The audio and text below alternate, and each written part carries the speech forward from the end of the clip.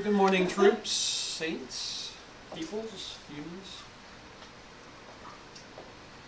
Glad to have you here today. Beautiful sunny day out there, isn't it? We had 11 different cities watching us last Sabbath. Wow. That was pretty cool. Yeah, wonderful. Now we 2 just different countries across 9 states. need to get that up to 50 states and 6 continents. We'll leave Antarctica out for right now. I don't know how their internet service is down there anyway. Yeah, right. It's really good. Well, the military's down there. I was about so to it's say, probably with the pretty- military installations, pretty you probably good, have better yeah. internet than we could hope to. I would Yeah, imagine. probably so. Ingrid says good morning in South Carolina. Good morning to all you folks out there. Nice to have Sunlight you today. again. We're all in good moods because finally the sun is shining. Yeah, how about that? And the sky is blue for today. Okay, well, as always, let me invite you to pause for just a moment, and let's go to the Lord in prayer, all right? And you too, Father. Father, we want to thank you so much for watching over us yet through another week. With all the many possibilities of things that could happen, you're always there keeping an eye on us and helping us through the challenges and, of course, life itself. And so we want to thank you, Lord, for your many multiple kindnesses to us and your many blessings. And we're asking and praying that you will continue that blessing this morning as we open your word, that we'll gain insight and understanding, and that you'll be able to use us, Lord, to pass that information along to others that we mingle with and that we contact, and that you'll use us in the finishing of your great work. Forgive us where we have failed you, and help us, Lord, to be more like you. And we ask these mercies in Jesus' wonderful name. Amen and amen. Also, we want to remember all those on our prayer list. The prayer list Certainly. keeps growing. Certainly Where's growing. Guy today? Haven't heard from him. I haven't heard from him, but I'm guessing he maybe Sydney needed some additional care. He said he was still struggling last week with having Curtis back from Yeah, snow and he everything. may have caught up with himself. He was moving pretty slow. Of course, we understand that. Of course, prayer is what people need the most to get through any of those struggles. Yeah, and Eldon and I were watching a show last night on, was it Amazon? Or Miracle one? Amazon? But it's a miracle. I guess it's an older show. It looks like it's an older show. But a lot of the stuff they talk about is pretty much they share people's stories and kind of like reenact them in ways about how prayer was answered or how they experienced the miracle and stuff. Yeah. So just thinking of the effectiveness of prayer was pretty interesting because a lot of them centered around people just praying for people. Around, like there was one guy who was who had died and he was flatlined for an hour and a half, which is normally way beyond what they even try to keep working on somebody on. But the moment that they stopped trying to revive him, there was like 50 people in the other room praying for him, and it was after they quit that he ended up coming back, and he had no brain damage or anything. So it's pretty interesting. Well, that's a resurrection. Yeah, well, I mean, a miracle. Yeah, I mean, but it was just interesting to. somebody coming back to life. Technically, Well, technically it's not. I mean, the electrical energy is still present in the body for a period of time. not for an hour and a half. You'd be surprised. We don't have any real knowledge of how long that actually.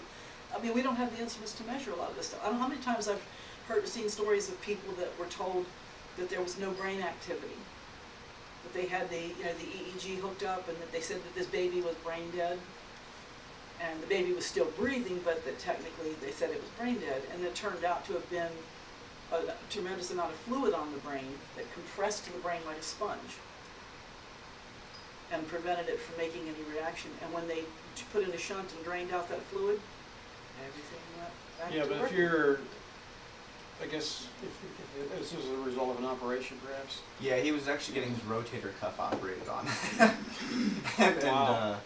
and then Good suddenly, motivation not to get mine done. and suddenly his heart stopped, and like And so they're trying to you know, revive it. which everyone was surprised, and then they spent that hour and a half. It was the guy who was operating on him was like knew him and was kind of like a friend, which is why he said he had tried so long to revive him. Right.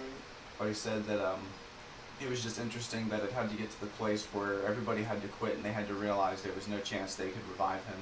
for God to show that He was going to be the one to revive him at this point. You know?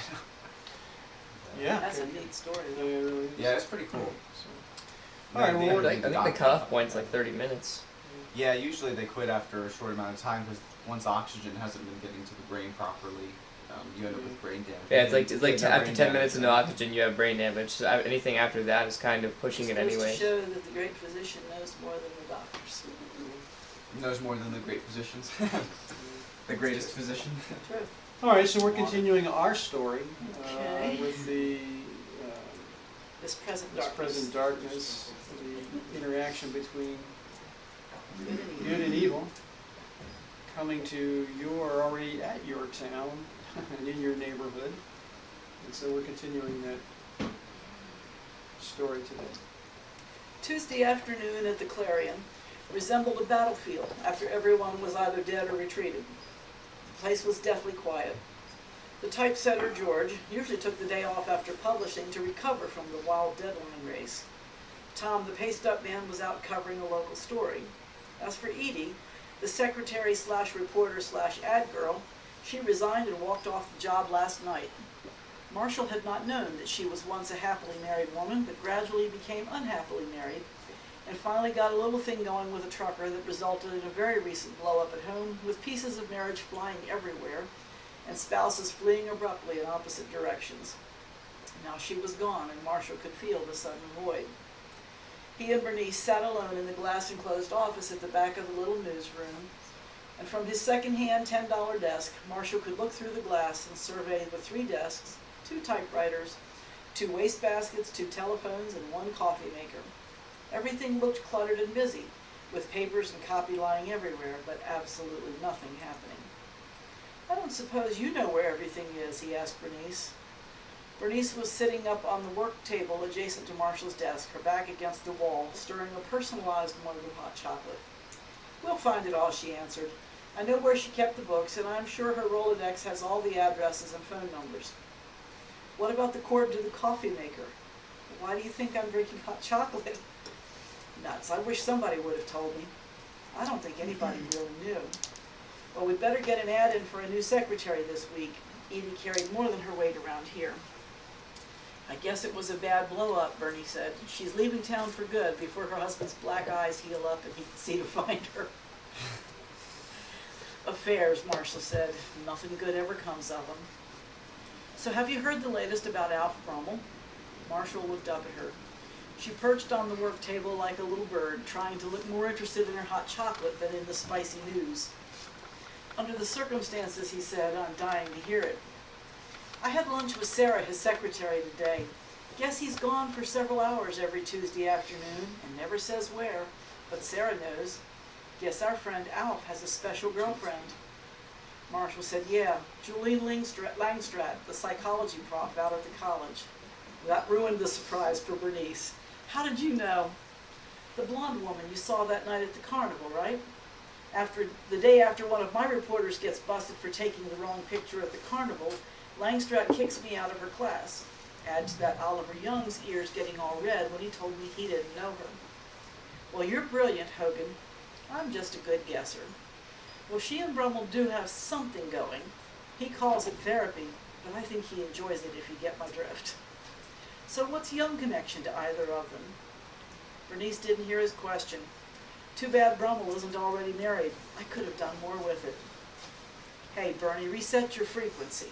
We've got a little club here, and all 3 of these people are members.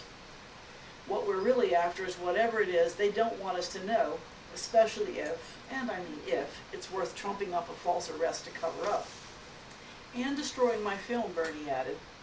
"I wonder if any of those fingerprints on the film would tell us something." "Not much," Marshall said. "They're not on file." So Marshall twisted in his chair to face her directly. "All right, who do you know?" Bernice was smug. "I have an uncle who's very close to Justin Parker's office." "The county prosecutor?" "Sure, he does just about anything for me." "Hey, don't bring them into this, not yet." Bernice raised her hands as if he were pointing a gun at her and assured him, "Not yet, not yet. But I'm not saying they won't come in handy. Don't think I haven't thought of that. So tell me this, did Brummel ever apologize?" After you bowed to him the way you did? Are you kidding? No official signed apology from him in his office? Is that what he told you? Marshall had to sneer. Both Brummel and Young told me all kinds of things. How they hardly knew each other, how they were never anywhere near the carnival. Boy, I just wish we had those pictures. Bernice was offended. Hey, you can believe me, Hogan. You really can. Marshall looked into space for a second or two, using Brummel and Langstratt. Therapy. I guess that makes sense now. Come on, let's get all the pieces out on the table. What pieces? And Marshall thought, how do you lay out vague feelings and strange experiences and vibes? He finally said, this Brummel and Langstratt, they're both into the same kind of thing. I can tell. What kind of thing? Marshall felt cornered. How about whammies? Bernice looked puzzled. Oh, come on, Kruger, he thought. Don't make me have to explain it. She said, you'll have to explain that to me. Oh boy, here we go, thought Marshall. Well, now it's going to sound crazy, but when I talked with each of them, and you ought to try it sometime, each of them had this weird, goony-eyed thing they did, kind of like they were hypnotizing me or something. Bernice started to crack up. Oh, go ahead, laugh. What are you saying, that they're all into some kind of Svengali trip? I don't know how to label it yet, but yeah, Brummel's not nearly as good at it as Langstratt. He smiles too much. Young might be into it too, but he uses words, lots of words. Bernice studied his face for the slightest moment and then said, I think you need a good stiff drink. Would a hot chocolate do? Sure, get me one, please. She returned with another personalized mug that said Edie, full of hot chocolate. Hope it's strong enough, she said, and hopped back onto the table. So why do these three try to look unconnected? What about the other two unknowns, the pudgy one and the ghost? You've never seen them before? Never. They could have been out-of-towners. Marshall sighed. I guess it's a dead end. But maybe not yet. Brummel does go to that little white church, Ashton Community, and I heard somebody just got kicked out of there for shacking up or something. Bernice, that's gossip. Well, what would you say then to my talking to a friend on the Whitmore faculty who might be able to tell me something about the mysterious professor lady? Marshall looked doubtful. Please don't make any more problems for me. I have enough as it is. With Sandy? Yeah, we haven't heard a thing yet, but we're still calling around, checking with relatives and friends. We're sure she'll come home sooner or later. Isn't she in Langstratt's class? Marshall answered with bitterness. She's been in several of Langstratt's classes. And then he paused. Don't you think we might be blurring the line between unbiased journalism and personal vengeance? Bernice shrugged. I'll only find out what's really there, and it'll be news or it won't be. In the meantime, I thought perhaps you'd appreciate a little background. Marshall couldn't shake the memory of his encounter with the fiery Julian Langstratt, and he hurt more deeply every time he recalled the professor's ideas coming at him through the mouth of his own daughter. If it's a stone, turn it over, he said finally. On my time or the Clarion's? Just turn it over, he said, and started pounding his typewriter. See there, right within the time segment. Nice. Good Keeping deal. it going. How many people in any town USA, how many people are exempt from spiritual warfare? Those who file for it? Those who what? Those who file for it? File for spiritual warfare? File File for for spiritual exemption. exemption. Oh, I hadn't thought about that. Good point. Like stop the world, I want to get off. Yeah. Well, the reason I asked the question is because obviously over the last couple of weeks we've introduced several different characters in the book here, and that's going to continue. Chapter by chapter, you're going to find that practically everybody that anybody knows in this particular story is somehow affected or even contributing to, directly or indirectly, this warfare that's going on. There really is nobody that's exempt, you know, from this kind of activity, this kind of thing that's going on. The problem is because we don't see it, we don't recognize it. Right, and so because there are no exemptions, I mean, what does that say to us about how we view other people? That everyone's going through their own battle. Everybody's going through a battle. Okay? Good point. And so if we would take the time out of our busy lives and our congested thinking,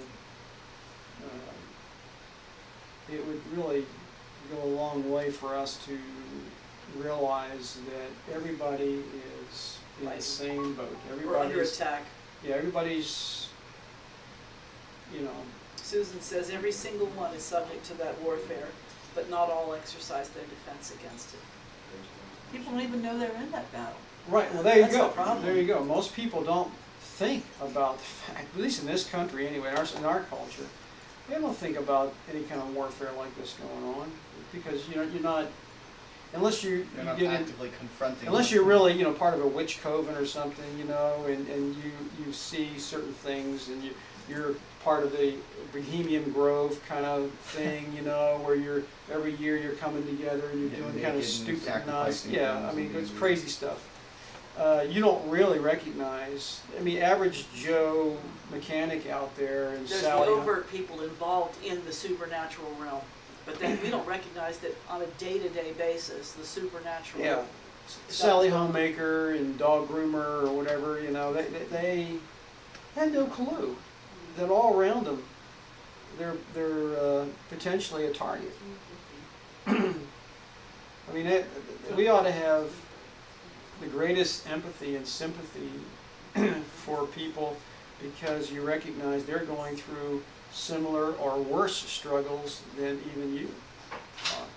And sometimes their negative responses are directly related to the whatever attacks that they're going through that they're not even conscious of. Yeah. The enemy is trying to manipulate circumstances all of the time to cause problems for people. And the main problem, I would think, would be discouragement, trying to discourage people. And, you kind of wonder, well, how could, you could be so discouraged that you don't want to live anymore, right? How can you even get to that place, when life... Sometimes the pain of what people live with is so great, so great. They just want the pain to stop. Sure. And they don't care about the consequences, they just want it to go away. Anyway, it really should say something to us as we're reading this story here, as we recognize all the people, all the characters coming and going. Everybody's involved. Everybody's dealing with issues. Young people, old people, teenagers, elderly, professionals, blue-collar workers, politicians. Everybody's going through the same thing. We're all pawns caught in the middle of this supernatural warfare.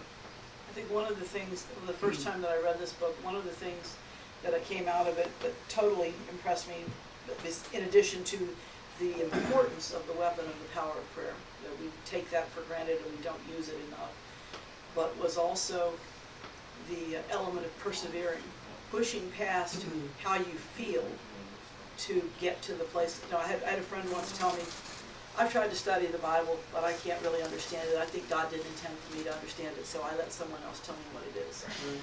And you think, well, how would you let go of something that should be within everybody's reach? But she'd never been taught that she could understand it, that she could learn how she could get the right tools and study it for herself. Well, I think that's the typical, you just described the typical churchgoer, didn't you? The typical person that actually attends church is pretty content to go and just sit in the pew and listen to whatever the pastor, the priest, whoever It's like has eating to say. pre-digested food. Yeah, getting your food chewed up and spit back out so that you can taste it. You can be all. Well, that's not very appetizing. Yeah, well, somebody's chewing up the food. That's what birds do, though. So I They guess. chew up the food and they spit it back out, and then you scoop it up and take it like it's gospel. But anyway, you talk about we're going to do a couple of weeks here.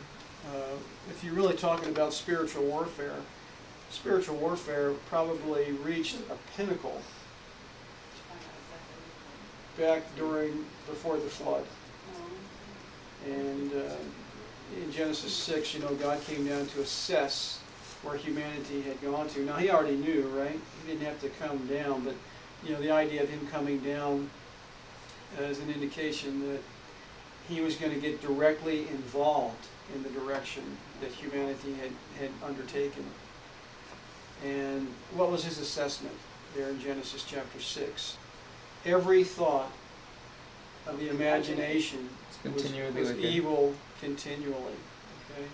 In other words, people had been so swept up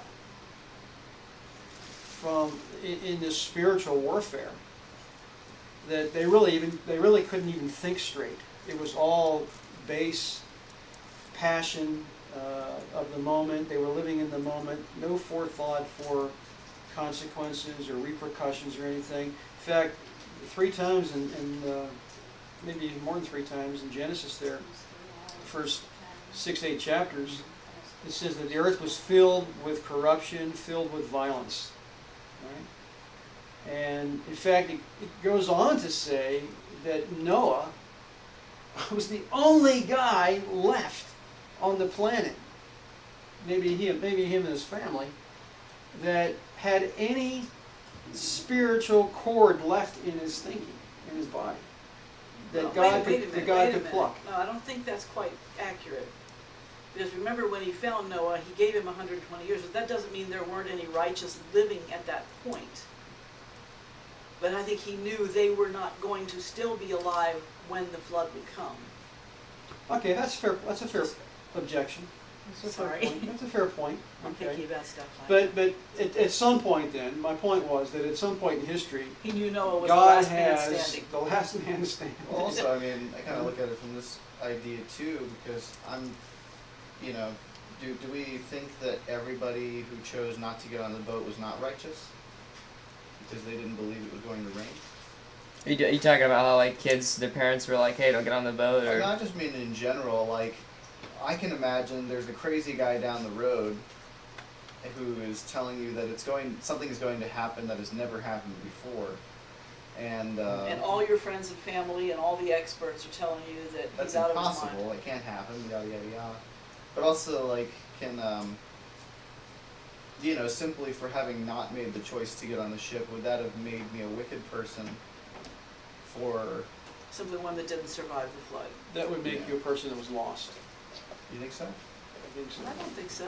I mean, because I feel like just because I mean, like, we get lots of examples of people doing interesting things throughout history who weren't believed initially, but I mean, after you go, well, guess he was right. Well, the reason I say that, and I'm not trying to be callous or anything, but the reason I say that is because God did give them 120 years of special probationary consideration. Sure. Right? It's not like he came down and said, "Man, everybody's going off the rail, and you're my last guy standing. You know, here's a boat over here. I want you and the family to get on it." He gave Noah an opportunity. I mean, every hammer blow. I mean, the construction of the ship was a testimony in itself, but then Noah is preaching every day, every week as well, trying to get a message across of repentance to the people. Look, God knew He was going to close the door of human probation, and people were going to have to make a choice. But I mean, Now there were people that died prior to the flood that obviously will be saved. Yeah. Right? Because they were in that righteous line of people that the Bible indicates. But when you are in the moment and God says you're going to go yes or you're going to go no, you're going to reject me or you're going to accept me, right? You're going to follow truth or you're going to reject truth. There comes a moment in time where every person has to make that choice. Well, sure. The choice became obvious at the flood when God said, you either get on the boat or you stay off the boat. I mean, you also even had an But you're paralleling a physical salvation with a spiritual salvation. Yeah. And I mean, which I think is a valid application. Personally, I would hope and I would pray that multitudes of people that lived at that time in Earth's history, I would hope and pray that there would be multitudes of people that would be redeemed and saved as a result. Even though they were killed in the flood. Yeah, I would Well, hope that. I think of right? the thief on the cross who pretty much at the last second decided to get his act together. I mean, I could see that being a situation. He still died.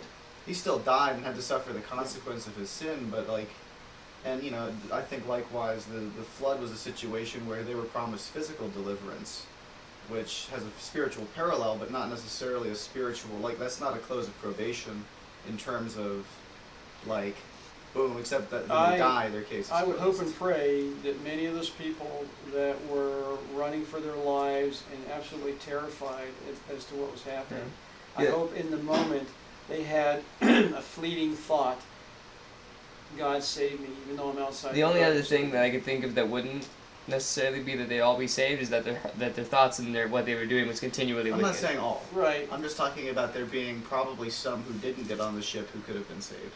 And I also think I that hope so. God looking at humanity at that point in time isn't actually isn't a blanket statement about every single person alive. It's really just he's looking at the general trend that society itself, the imaginations of their heart was on the evil continually. Because obviously he found Noah and his family, and there were the others of the line before, like Methuselah and various ones who died before the flood. So he knew there was a whole section of faithful ones that were there. What we're going to do is, the reason I'm bringing this particular subject up is because over the past 50 years, I would say, almost, over about the last 49 years anyway, there has been a trend toward sensationalizing some of these folks that lived before the flood, to the point where they were not even fully human. Talk about the Nephilim. Okay, talking about the Nephilim. Yeah. And that's really become, that's generated so much momentum over the decades. And that now it's coming to be Now very it's- much in the forefront. It's almost becoming commonplace. For everyone to If accept anybody that. that's talking about those that lived before the flood, that, well, they were dastardly because they were They were a hybrid. a hybrid, half human, half demon, right? And, of course, and this is why God had to destroy the world because, etc. But you got to wonder, would Noah's family have been affected along the way with some of that bad blood, if you will, or corrupted DNA, And if that's the case, because some people do still believe and teach today that was carried over on the ark, and there are people running around today that are anomalies. They're half human, they've got this demon DNA and Yeah. whatnot. I've heard a lot of people on some of the late night talk shows and stuff. It's a really big topic, and this is not only just a topic for those that are into the element of the paranormal and the UFOs and the weird stuff, but there are a lot of Christians who are teaching that there are people alive today that are part human, part demon as a result of that whole Nephilim scenario. Now, what would be the significance if something like that had a tinge of truth in it? What would be the significance of that? You're talking about the argument that we have the right to sin. If, as many people believe and claim, fallen angels or demons came down and had relations with mortal women, and their offspring became their offspring. Oh, you're Their Offspring. offspring. Yeah, their offspring became the mighty men of renown. you're talking about the "it's not my fault" thing. That is Yeah. exactly what I'm talking about. It's not my fault doctrine. There you go. That That's was the true. big thing in the That's 70s. true. Flip Wilson, the comedian, Yeah. his whole thing was the devil made me do it. Yeah, I wrote That was his that. I defense. actually wrote that very same thing on my notes here. Great minds think alike. Anyway, I've written an article. Fools seldom differ. I've written an article on this particular subject. It's 33 pages long, but I wanted to share some of that over the next couple of weeks. Okay. And of course, if you're interested in this particular subject and this article, you can go to anchorstone.com, and there's a 3-part series highlighting this publication that you can take a look at and read it at your convenience. But just a couple of things here. I'm just going to read a couple, just the introduction that Rose and I worked on, probably last year? Was it last year? Well, since this is the first week of the new year, I suspect. It was last year. Okay, it was last year. Okay. It said, at least in every generation, the concept of a superhuman race is presented to the public. It seems that human beings are fascinated with the novelty of human beings with some type of immortality or supernatural abilities. You can find this theme in almost every religion throughout history. Remember the Greek and the Roman gods and goddesses of mythology that you learned about in school. We read those stories and we wonder, how can anybody believe that stuff? You know, we know it's false, right? We know it's made up stuff. You know. Fast forward to our generation, look at the proliferation of superheroes in the public arena, and you could run off a list of probably 50. You know, the Flash, Batman, Superman, Spider-Man, you know, every kind of man and I think woman there's over 300 superheroes in comics and stuff. that you can think of. Over 300, you think? I think so. I think it's It's crazy. something like that. I know there's a lot. Well, that goes to show you how infused it is into our thinking, and particularly with the younger folks. There's Oh, also, Go ahead. all those superheroes are based on Greek gods. Zeus is Hermes from Greek. Egyptian. Huh?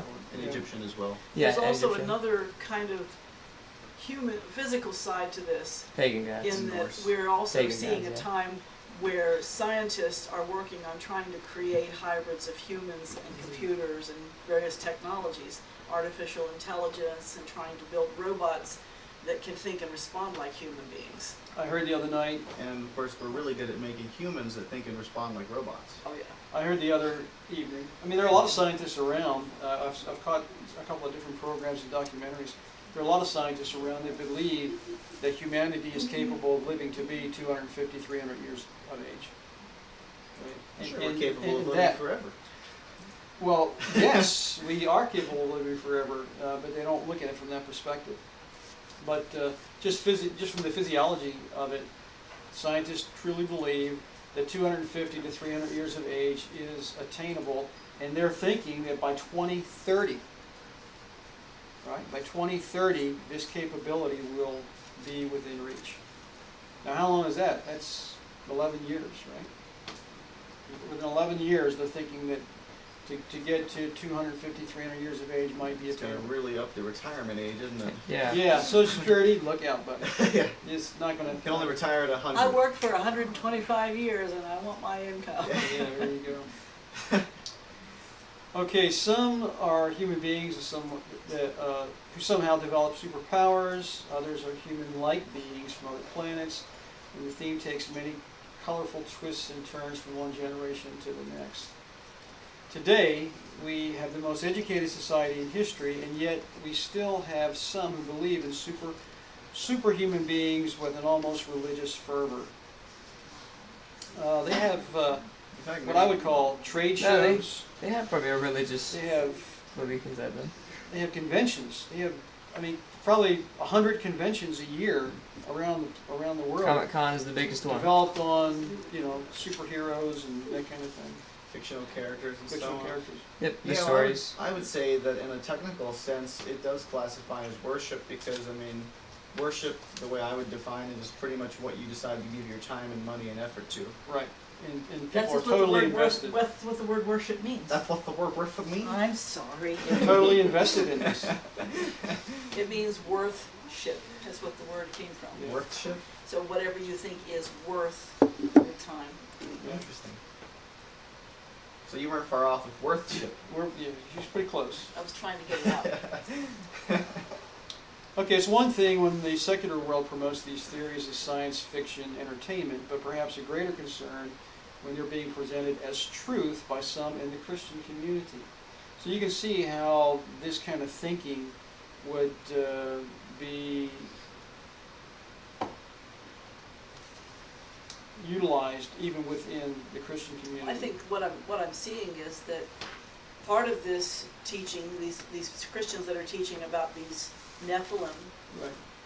is designed to make the Christian community more fearful, because you're going to be coming up against kind of a superhuman race of people that are devious and dangerous and scary. And then you've got a whole generation being raised on TV shows about zombies that that And attack invaders with from no other planets. emotion and with no concern for what they're doing. They're just blindly attacking. So we're seeing all of this stuff coming together so that whether you're from the Christian perspective or the Buddhist perspective or the secular perspective or science, it's all coming into one nasty conglomeration of weird stuff. Has there ever been any superhumans in our world, legitimately? Any legitimate superhumans in our world? Yes. You mean something that Yes. is like above average or super beyond Yes. all normal human ability? In terms of human ability, you have people like Samson. Okay. Well, that's a supernatural thing, so yeah. Supernatural. Yeah, but I mean that's superhuman. Yeah. That's what I mean, is are you defining it under the terms of like supernatural? And you have or are you you have defining Jesus. it as No, just super- Naturally Naturally superhuman. Also something else. naturally superhuman? Also something else to realize too is that all superheroes are based off of the hero circle, which is like a thing people use to write stories off of now. It's like an old book, but the hero circle was based on like what determines a hero and what makes a hero a hero. And it's like, you know, where he starts, comes back around to like him returning home kind of thing and being victorious. And so that hero circle is based on Jesus, and yet people use that to make like the Flash. People use that to make all the heroes, because every single hero is just a parallel of Jesus. That's the whole Yeah, point. That's so why they're popular. Was Jesus a superhuman? How about Adam before the fall? Was he a superhuman?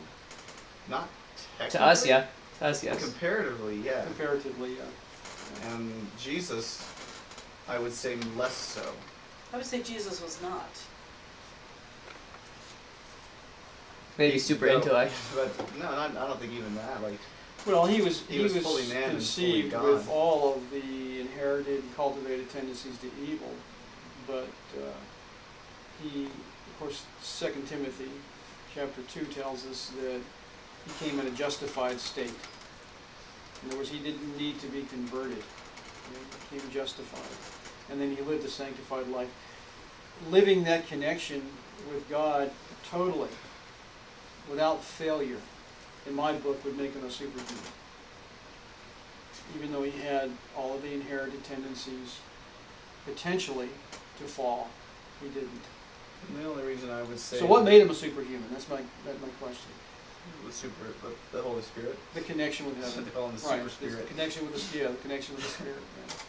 And I think that the fact that we have such a huge emphasis right now in our entertainment culture on superheroes means that the world is coming to the place where they want a deliverer.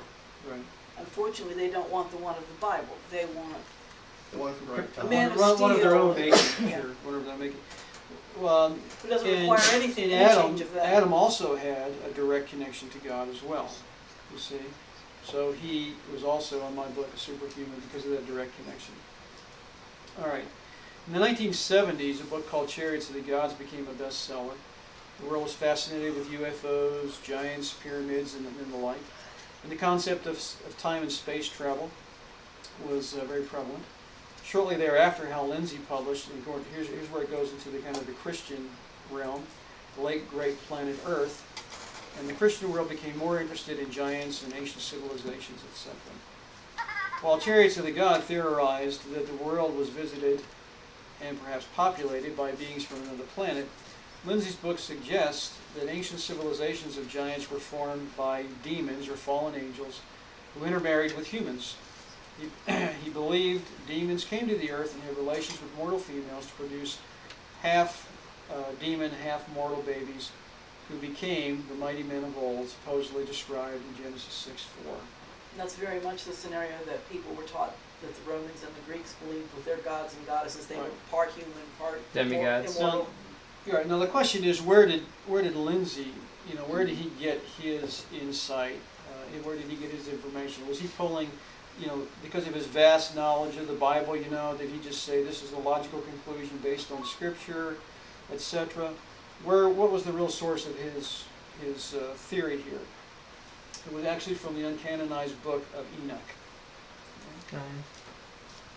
And we'll talk a little bit more about that particular book probably next week. Both groups point to photos and accounts of giant skeletal remains as evidence, but of course we have to ask the question, did such a thing really occur in early human history? is there still DNA and bloodline and all that kind of thing floating around in our world today? Would God allow the intermingling of human and angelic DNA? Is that even a possibility? Is society vulnerable today due to fallen angel DNA? In other words, do we really have to claim that the devil made me do it? Because I don't have any choice. I'm programmed for failure.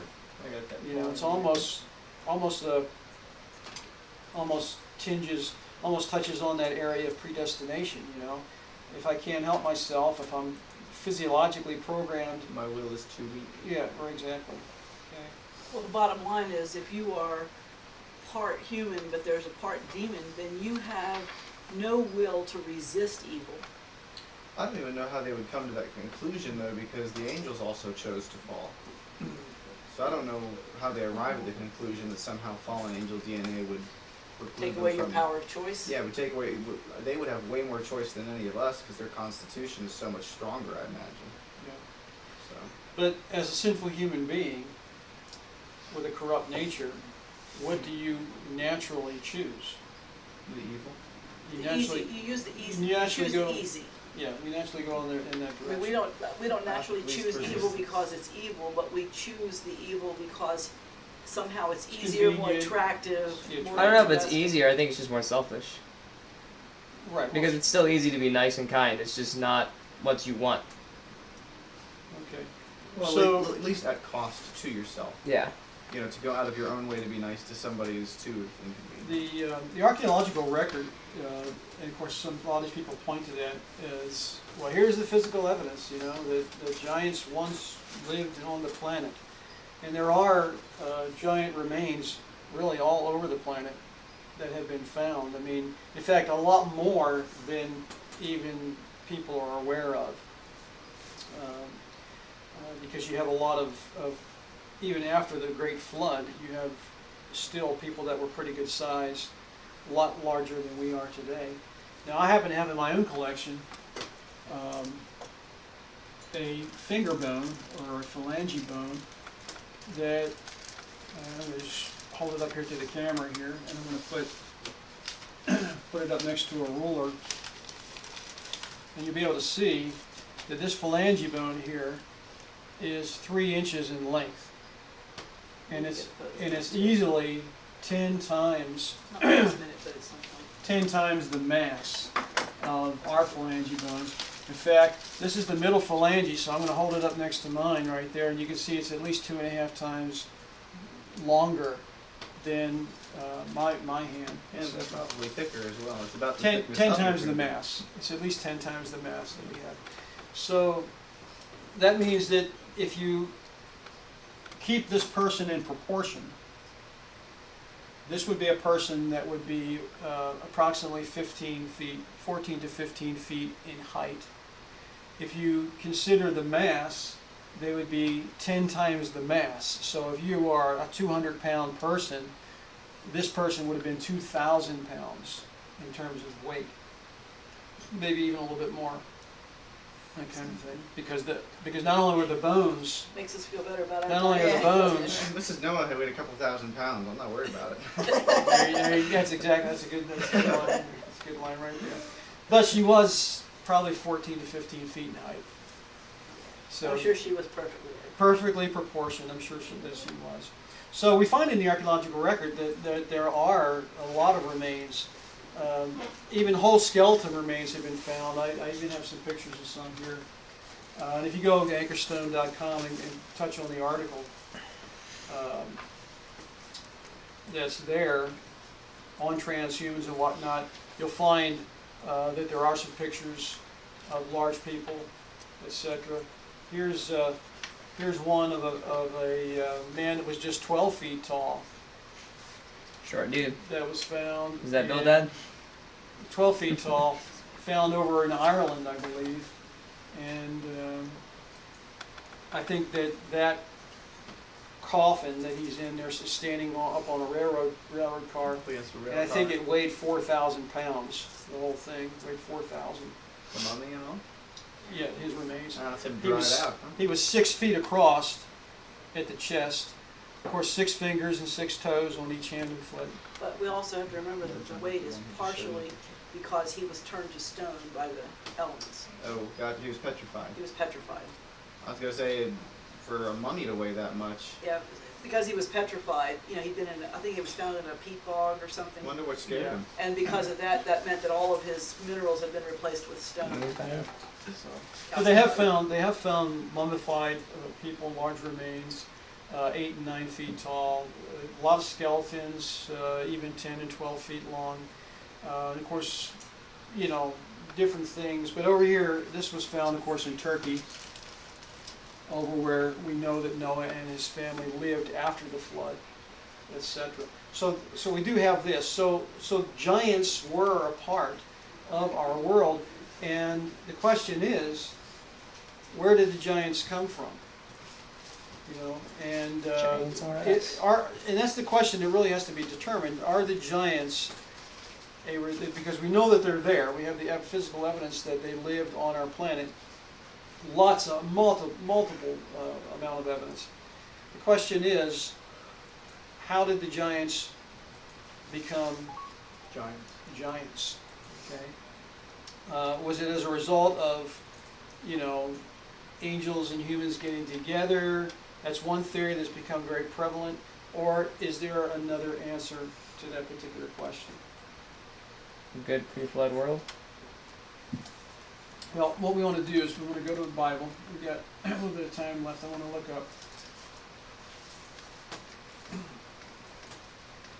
up. Go open to Genesis chapter 6.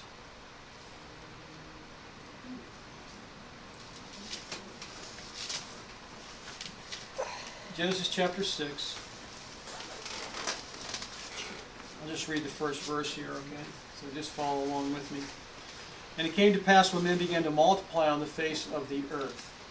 Now, with any development of culture, or in this case humanity, how many people did God start with? 2. He started with 1. Okay? He started with 1, then he had 2, and the 2 were given the permission and the ability to procreate. Right? And all of us know the story of Adam and Eve and so forth. And that's what's in the beginning of the book here. For many, many years, you're adding a person here, you're adding a person there, because the gestation period is 9 months, typically today. We don't know how long it might have been. It could have been longer, but maybe not. It could have been the same. You know, just supersized, right?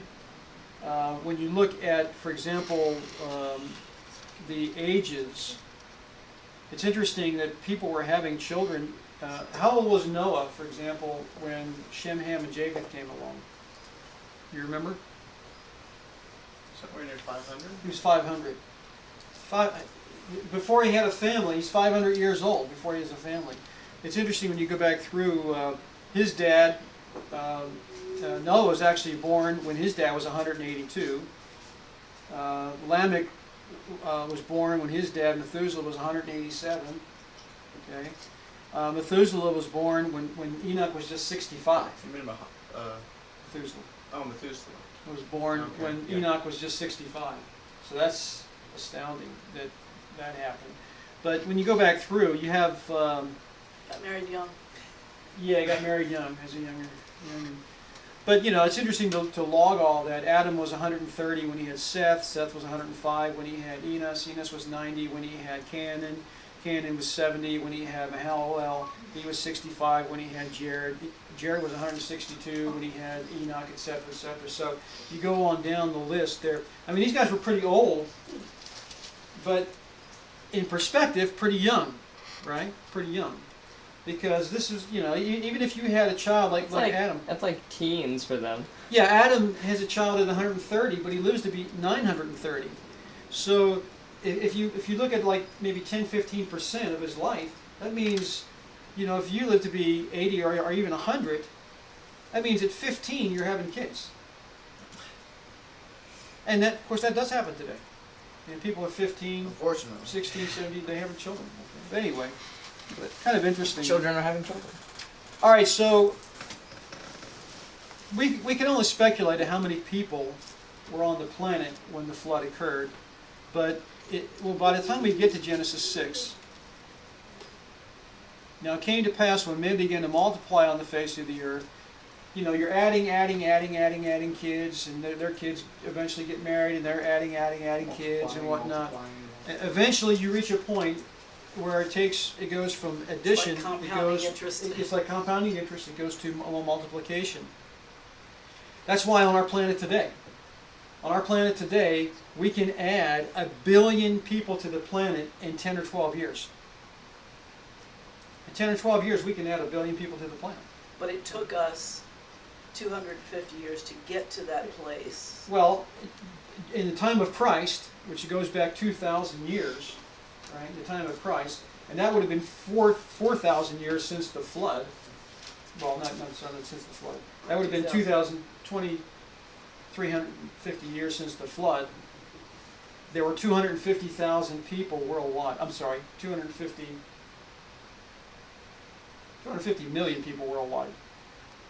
So at the time of Christ, you have 250 million people worldwide. And from that, we've gone to, in 2,000 years, we've gone to 7.5 billion. Okay?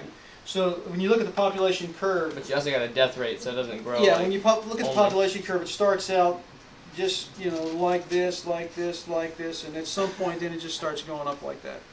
Okay. So...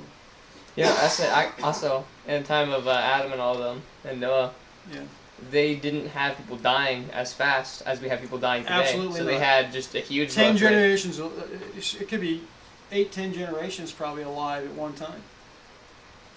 Today we think it's striking if there's 4 or 5 at one time. Yeah, you could have 8 or 10 easily back there.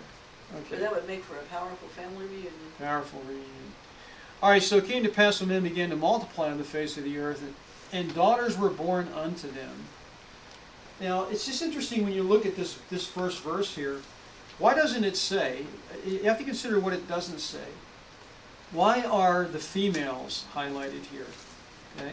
In other words, as population begins to multiply, females are born, All along the way. right? Yeah, all along the way females are born, but males are Because born you couldn't too. have, you wouldn't have had anybody to marry if they had Why no wouldn't you females. say here, and children were born to them?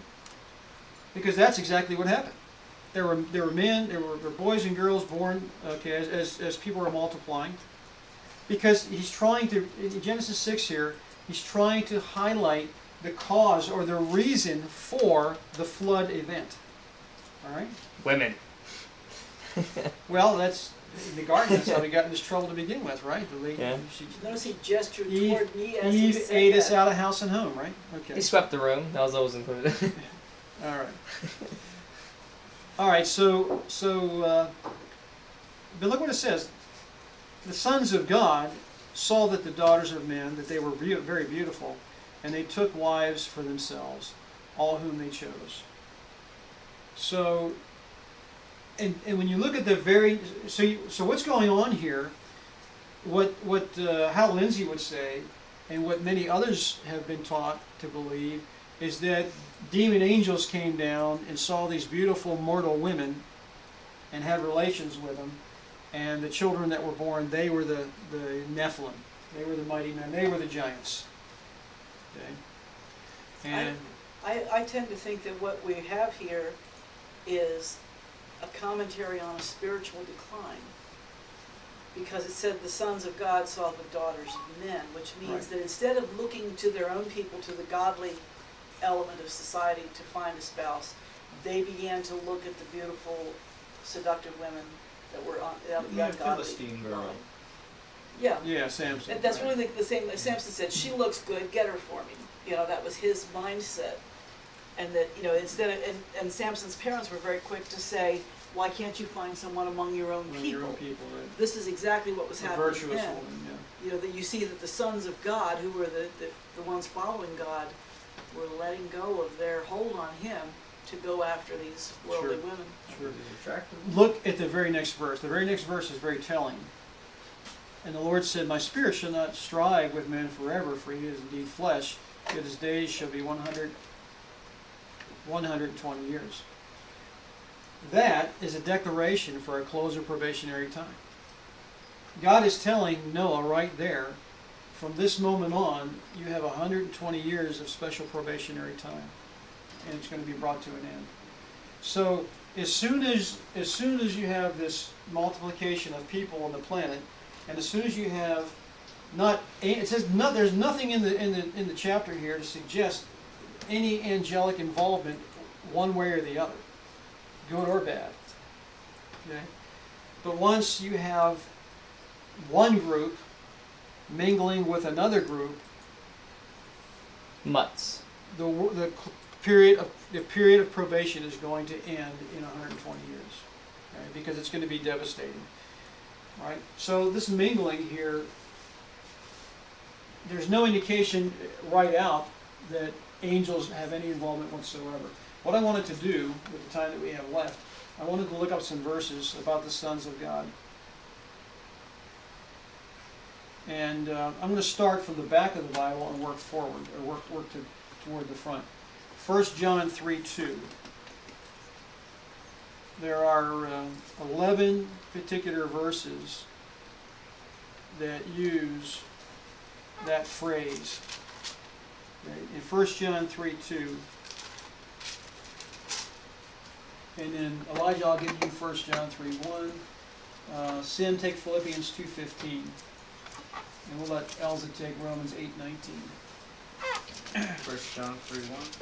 Yeah, I'll start us off here. Okay.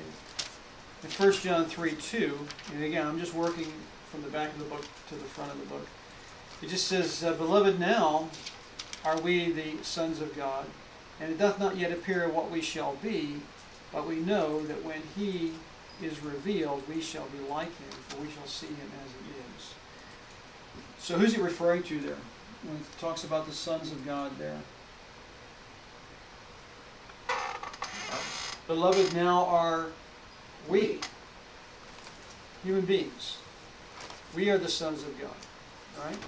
Of course, he's writing this to the church. He's writing it to the church, right? And we're not what we are going to be, but when He is revealed, what does that mean? When Christ is revealed, when Christ comes the second time, we shall be like Him, for we shall see Him as He is. We're going to see Him. We're going to be reflecting His character. Okay? So go ahead, Elijah. Take the next one.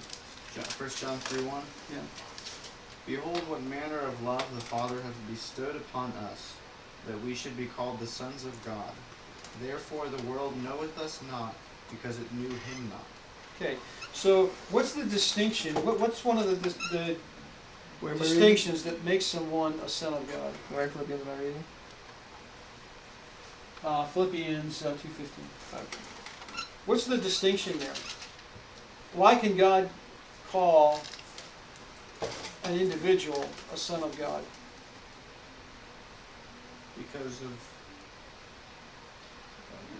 Because we know Him, right? Because we know Him. We're not living in a world that is following darkness. We're living we have an experience of light, and so we know Him, right? So here's a human being condemned to death, as all humanity is, and we all deserve death, right? But because we know Christ, He can call us a son of His, a son of God. Okay? So there's a special consideration there. All right, Philippians 2:15. You want me to read 14 for just because it comes in the middle of a sentence? Go ahead.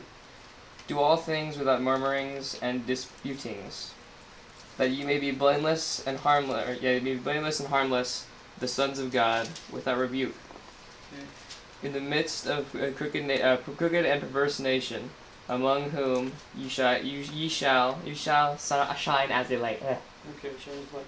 What's the contrast that you're seeing in these verses? You're seeing a contrast. Son of God, light. Light versus Separation. darkness. You're seeing that the contrast that we're seeing here is light versus darkness, truth versus error, right? right versus wrong, saved versus lost. I mean, that's the contrast that we're seeing in all of this. Okay. Romans 8:19. For the earnest expectation of the creature waiteth for the manifestation of the sons of God. And verse 14 also is one that's in fact, this is subtitled in chapter 8 here, from verse 12 on down, sonship through the Spirit. Right? It says, therefore, brethren, we are debtors, not to the flesh, to live according to the flesh. For if we live according to the flesh, you will die. But if by the Spirit you put to death the deeds of the body, you will live. For as many as are led by the Spirit of God, these are sons of God. So, what's the distinction? Like Rose was saying from the beginning, you have people that were led by the Spirit, and you have another group that are not led by the Spirit. That's really the only two options that we have in humanity. You're either following the will of God, or you're not following the will. You're either accepting Him or you're rejecting Him. And the next verse kind of answers the question you were asking last time about how we can be called the sons of God, just a little bit earlier, which is basically just through adoption. For you did not receive the spirit of bondage again to fear, but you received the spirit of adoption, by whom we cry out, Abba, Father. Correct.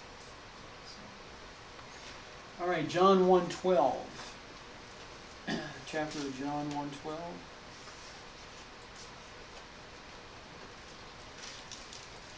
That's a text that probably some of you know by heart. It's one that I memorized quite a long time ago. You have that, Rose? No, I wasn't looking that way. Okay. John 1:12 says, but as many as received Him, to them He gave the right to become the sons of God.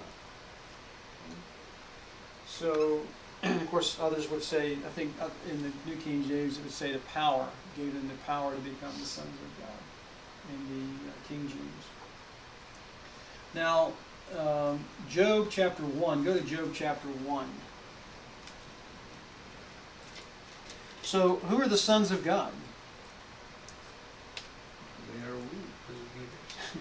They're human beings that have been converted, right?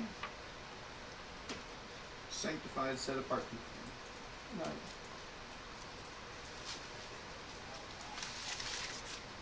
In Job chapter 1,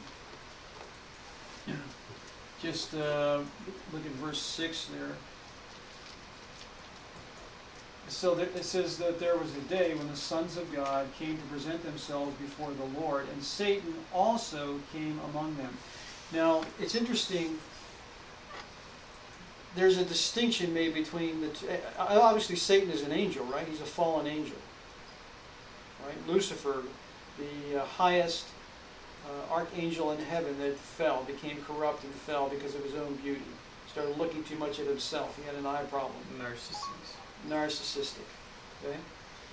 Alright, so the sons of God, there's a day when the sons of God come to present themselves before the Lord. Also, Satan comes. Right? Satan came to be among them. He's not one of them. He's just among them. Right? Did you catch that? And of course the Lord, the whole scenario of God really asking, well, where did you come from? And we know pretty much the story there in chapter 1 there.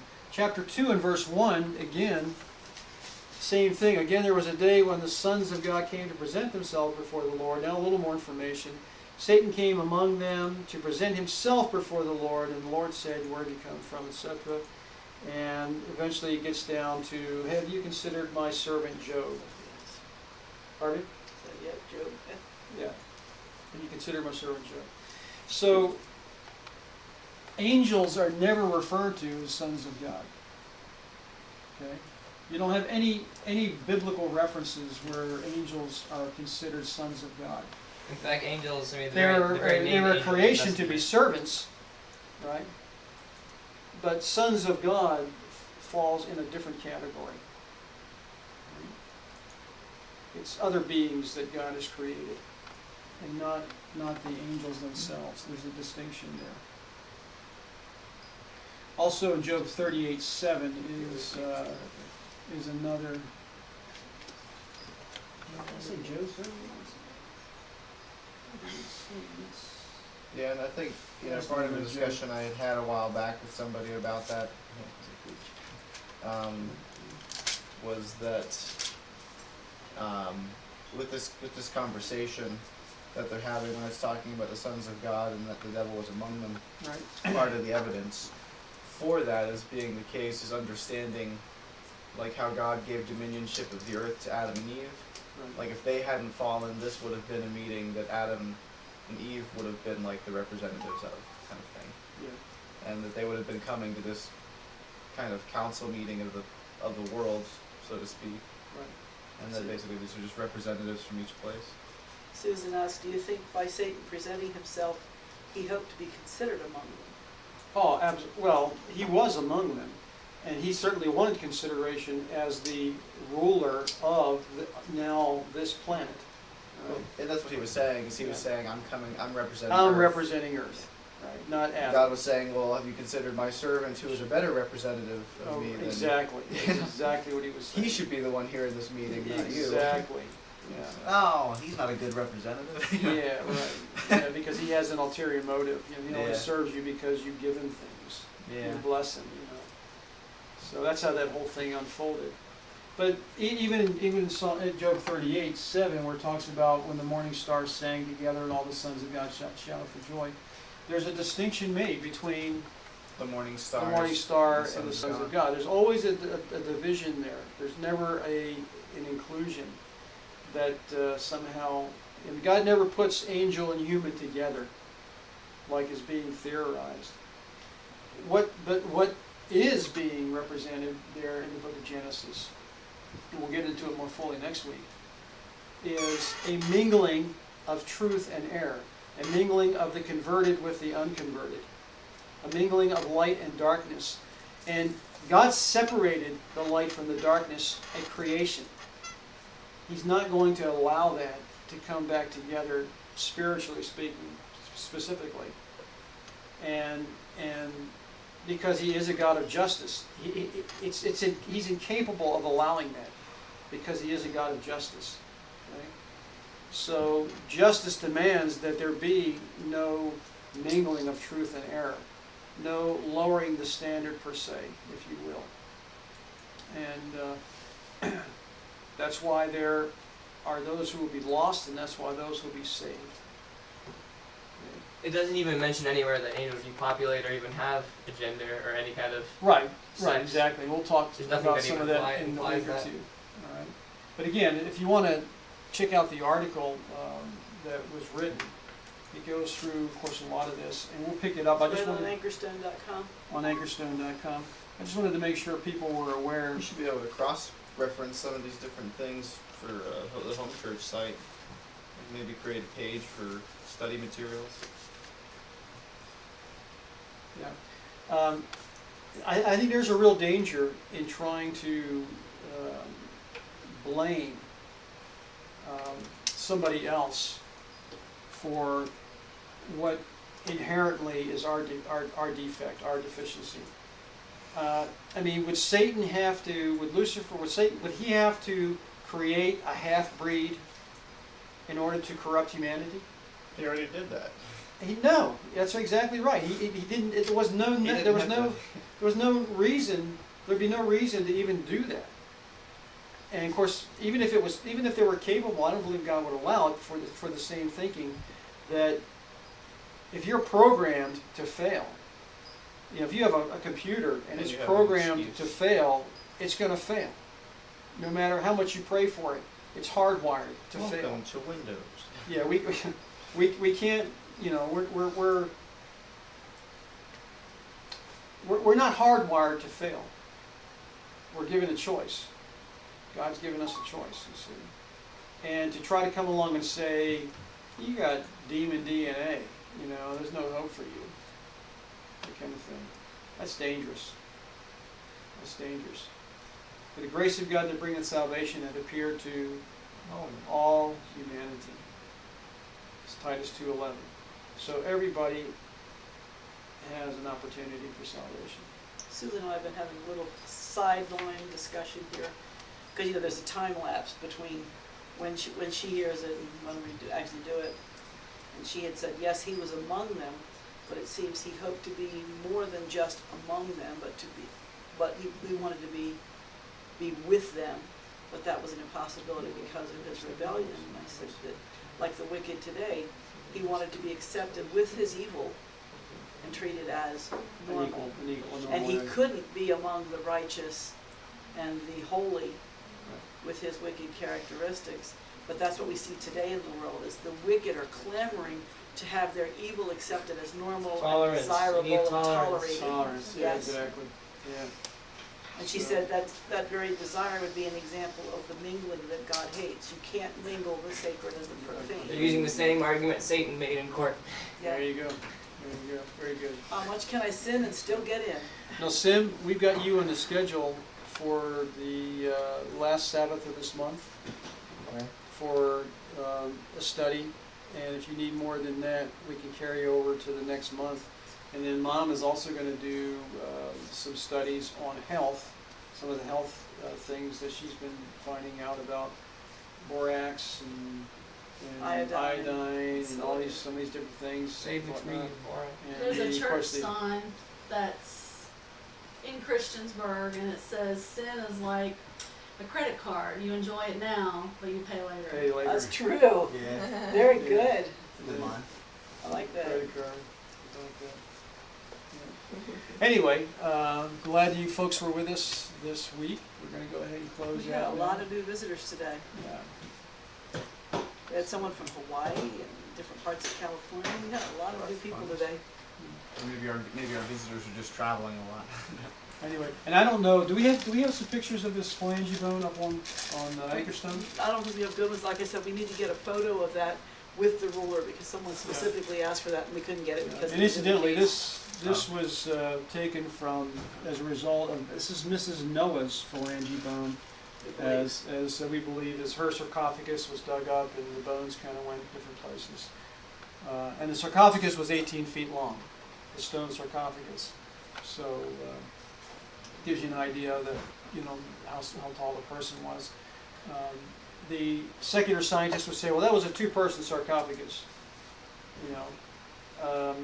but it was 18 feet long. It wasn't, it wasn't Wide. 10 feet wide. It was 18 feet long. You wouldn't lay somebody end to end. You would put them side by side if you were going to put two people in a stone box. But at any rate, so some fascinating stuff to consider. And we're going to have Elijah close us out in prayer, and we'll go from there. All right. Lord, we want to thank you for the Sabbath and for the studies and the time that you've allowed us to be together and to look at the Nephilim. Ask that as we continue the series and the study in the coming weeks, that you would open our minds to understanding and help us to see the truth and help us to see with clarity all the information that you've put there for us. And that you would continue to lead my father in that way, that you would give him the insight and also give us the light and the insight as we study throughout the weeks to know more for ourselves. And thank you for this time, and that you would bless the rest of our evening and time together and allow us to enjoy the food together. This is what I ask and pray in the name of your Son. Amen. Okay, amen and amen. And thank you for joining us again. We'll see you next time. Same place. Have a great week, folks.